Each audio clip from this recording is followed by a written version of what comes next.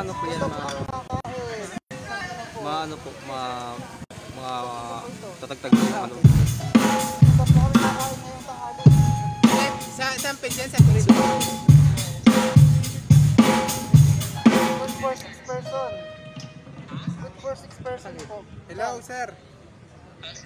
Papunta daw kay Charles, makain. Ano ba po doon? Magsalita. Ay, sa ating mga kababayan, naka-live po tayo ngayon dito sa, ito po ay live na kuha dito sa Marinduque Sports Complex kung saan ay nakatakda pong isagawa ang panunumpas sa tungkulin ng inaugurasyon. Ma'am, may problema dyan? Kasi ready po kami inaugurasyon ni Speaker Lord Alan Velasco. Ito po yung kasalukuyan ng mga kababayan.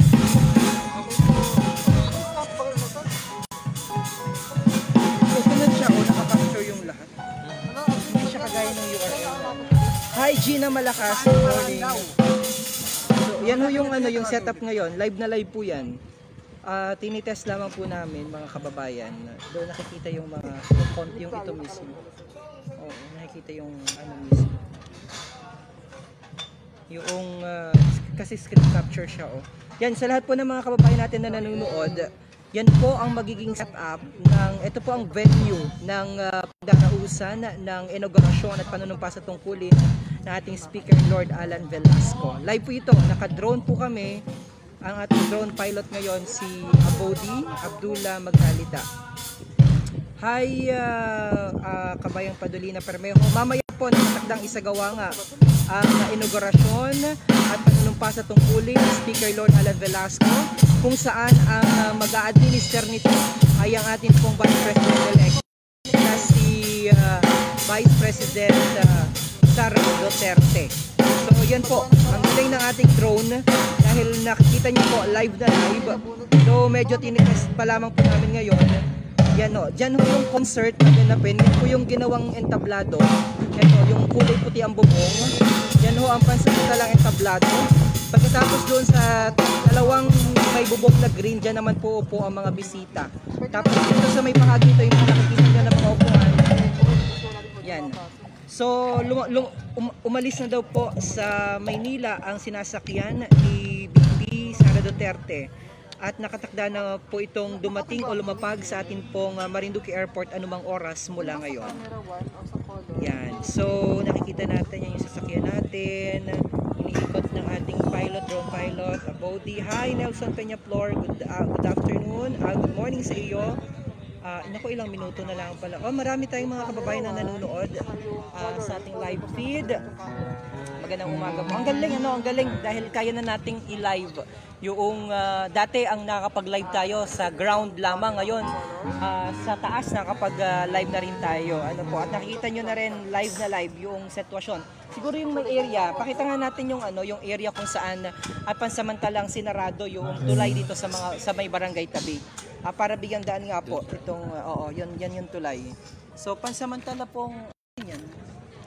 Yan ba yung tulay? Hindi, yun yung tulay ng tabi. Yan ba yung tulay ng tabi? Yung tabi pansamantala po yung nakasara dahil binigyan daan po inaugurasyon ng ating Speaker Lord Alan Velasco. Ayan. So yan.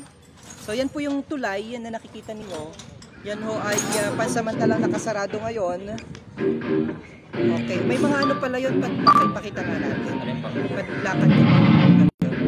So nag-set up din po ngayon mga kababayan ng audio. Kaya medyo ang gulo ng ating sound. Galing nga audio.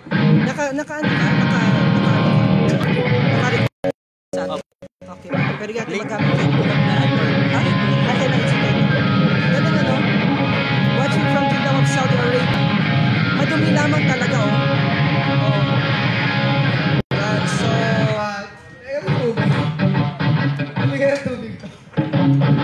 ganda. Hi Enrique Andrade, magandang araw. Galing. Yan ho ang kabayanan ng po.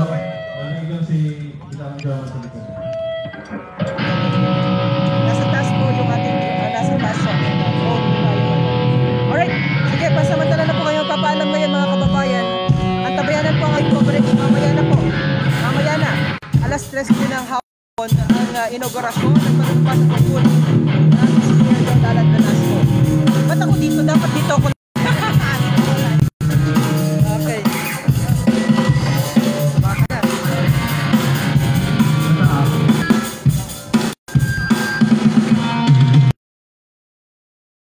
Alis na.